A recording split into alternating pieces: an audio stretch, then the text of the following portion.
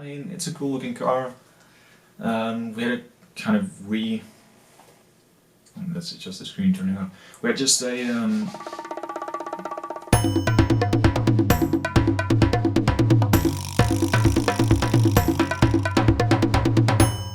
today I'm not at a workshop, I'm actually at home sitting by my desk. Because today we're going to make something different than a guitar update video. I'm a big Formula 1 fanatic actually. I collect a lot of modelcars, have some on the shelf. And actually I've been to Zandvoort, free practice 1 and 2.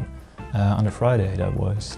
And that was just an amazing experience, it really was. Today we're going to make a diorama base for a 1/18 scale Formula 1 car.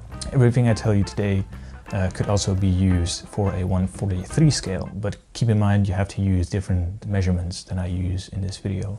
I want to make a very special scenery actually, because as you can see this is the Lotus, Camel Lotus Formula 1 model car of his Ayrton Senna's 1987 season, his last season with Lotus, because the year after this year, he would go to McLaren to win his first world championship. I think this is a very underrated season of Ayrton. He won 2 times in '87. 2 times that I know for sure, maybe more. I have to look it up actually. But 1 time was in Detroit and the second time was in the Monaco Grand Prix. It was the first time he won there actually, so that's also a big milestone for him because he is the king of Monaco for a reason, because he won a total of 6 times there. He finished first with 33 seconds ahead of anyone else. That's basically a huge gap, especially in Formula 1. Yeah, basically what I'm going to do is I'm going to make a diorama of the Monaco hairpin. There are really 2 big brands of model cars, especially a 1/18 scale. That's basically Mini Champs and Spark. I prefer Spark, which is this model right in front of me. So I just want to showcase that these type of model cars from Spark actually come with a really nice base, and it adds a little bit more touch, I'd say. So what I'm going to do is I'm going to measure the size of this thing to have a little bit of a unity on the shelf. So you will need a couple things, which is Photoshop and a Formula 1 game. Doesn't matter which version, if the version has a photo mode and a track you desire. So in this case we are going to make Monaco, so I want a game with the Monaco track and a photo mode. What you're also going to need is this vinyl printing paper. And what's special about this is actually self-adhesive. So it's actually an A4 sticker which you can print yourself, which is very nice. So this is actually going to be more than a base plate diorama than a full-on diorama. So quick disclaimer, this has nothing to do with real small details or anything. This is just a little bit of a backdrop type diorama which would pop your Formula 1 car or any model car really on the shelf. Alright, so that's basically enough info for now. What we're going to do is we are going to jump into the programs. We'll start the screen recorder and I'm going to take you step by step on what you have to do next. So see you in a bit. So alright, it's actually 1 full day later. That's because a couple of things went wrong yesterday. I recorded this in the evening and for some weird reason my microphone footage went corrupt, so I couldn't use that anymore. For whatever reason, Steam didn't work, so I couldn't load up the Formula 1 game, but it's all fixed now, I hope. Fingers crossed. Right now I'm going to show you how you are going to make the base of your diorama. So we're going to use in-game resources to make a perfect backdrop for our diorama. I'm going to make a diorama base of the Monaco hairpin, the first Monaco Ayrton Senna one. Very special in that yellow car. So what we're going to do now is actually we're going to Steam. Let's load that up right here. And we are going to open up Formula 1. In my case, Formula 1 2021. In your case, maybe different. So let's wait for the game to load up. I may have to connect my controller because I can't use my keyboard. I'm used to a controller. Let's go to solo, then go to time trial, and let's load up a nice car. If you see this in the future, you may be asking yourself, wow, that's a white Red Bull. It still has the update where they use the Turkish Arigato livery. So let's actually choose that. Then we are going to the Monaco track. So let's start that session. Let's go to track, flying lap. And let's see my controller skills. You don't actually want the car at the Monaco hairpin, you just want to stop right in front. This is really bad. All right, this is far enough. Stop the car. Then you have to go to playback, and playback on the controller. In my occasion, the share button. So that, all right, doesn't really matter. To get into photo mode, you have to press options or whatever that option may be to open up options. So let's open up options, and there you have the free camera, the free roaming camera. And what is nice about this is you can glide around the circuit. This is where the magic's going to happen. I'm not really sure how it's going to work out, but we are going to try it. What you're going to do now is you're going, always a little bit tricky, this camera mode. So we want to go up all the way, then move back like this. Tricky camera mode. So what you're going to do, you need to make a picture of this exact scenery. Next thing you're going to do, you're going to get as low to the ground as possible. Like that. Move up. Maybe a little bit more back, a little bit more up. That's basically all you need in the Formula 1 game. So right now you can just confirm exit. Make sure you screenshotted those two moments of the ground and the wall, like I said. So all right, we're back at the home screen. So what we're going to do now, I'm going to open up Photoshop. Our reference point is going to be the Spark Monocar base, which is this one. And this is exactly 36 by 19. So this is basically the width. It's going to be 39 and the height is going to be 16.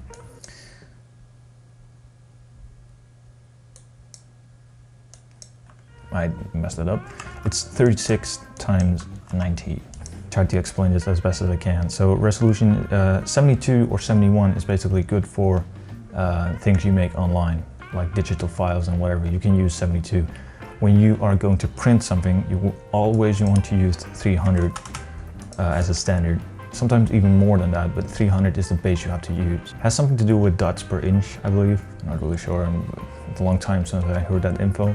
Color mode, this is important as well. RGB is also for things you make on the screen, you see on the screen, and you want to use 𝘎𝘂𝘐𝑚𝑖𝑐, which basically stands for cyan. I totally forgot what 𝘎𝘂𝘐𝑚𝑖𝑐 stands for. Oh yeah, it stands for cyan, magenta, yellow, and key. Key basically means black. So yeah. So basically you want to select the option artboard. I know it says tekengebieden right now, but when you have an international English version, this will say artboard. In a normal circumstance, that you will change this to 𝘎𝑚𝑖𝑐. But for whatever reason, when you select artboard, it doesn't let you do that. So we'll come back to that later. So what you're going to do, you are going to click on the arrow like right below here and make sure these ones connect like that.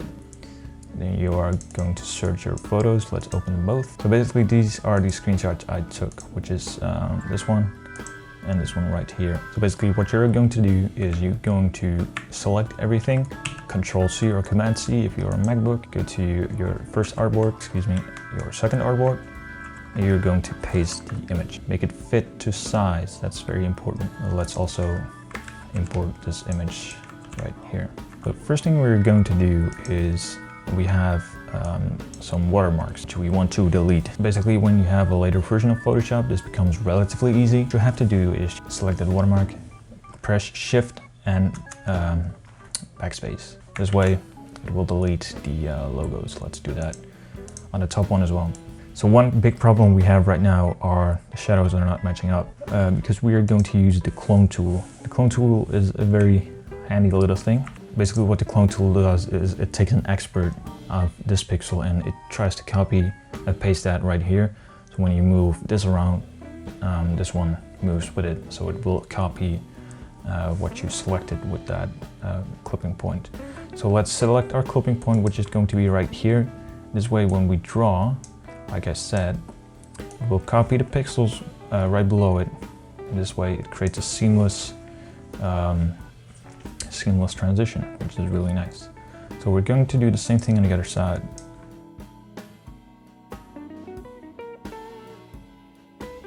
So anyway, this is basically what you want because I have to give you an example. So that's basically these are the slabs of wood we are going to use. And these are all 36 by 19. So basically what we're going to do is we're going to paste it like that, and glue it like that. And I think it should work out pretty nice right now. I'm going to take one step further because in the background we have these advertising boards which says Formula 1 official video game and Pirelli tires. So let's open up Google, vintage Monaco. Well, not really vintage, maybe 1980s Monaco Grand Prix. So basically why I'm searching this is to get a little bit of an idea to see what kind of advertisement they were using back in the day. A lot of Marlboro, that's for sure. So one thing that stood out to me pretty much is they basically don't have advertisement boards, maybe here in the back, but right here it's all guardrail. Photoshopping that curve on there is a little bit more difficult, but so we are going to take some creative liberty and we are going to create a guardrail instead of that advertisement board we had running there. What you also saw a lot back in the day was these they have like all these banners right here which are attached to the guardrail. So basically we took the liberty to download a file from our friends at Shutterstock. Basically I'm going to shut up, work my magic a little bit. Let's see where we can get.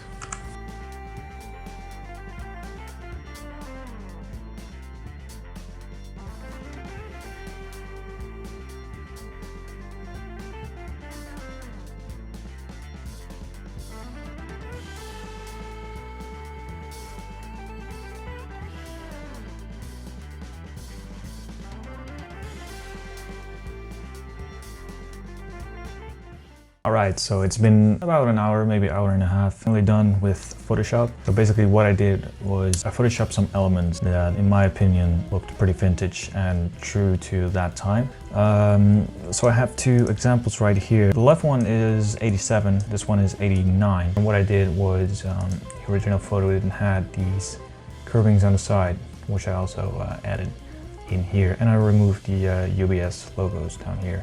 And we also removed the shadows. To open a new file, I'm going to make it A4 size, but make sure you use the same size as your vinyl printing paper. So that's basically the size you will use. Also make sure you use 𝘎𝘳𝘢𝘐. And you want to make sure you click artboards. Once you've opened it, click on your artboard and make sure you put one at the bottom, right next to that, and one above that. Remember we made the artboards, we made that 36 times 19 centimeters, and an A4 is quite larger than that, especially in width. It's larger in width but smaller in height, to be precise. Click the this tool, left click on a space, type in our number, which is 36 space centimeters, and the height we want 19 centimeters. So that basically gives us a 2-scale artboard. Right now we are going to import our artboard number 1. Let's change that up to the scale we have. And to select the artboard, hit Command X, drag it onto our 4th artboard, and this way we created a safer margin to print. So alright, what we are going to do now, I'm going to send this to a computer which is connected to my printer. Before you print, make sure you put in your matte vinyl printer paper. See you in a bit.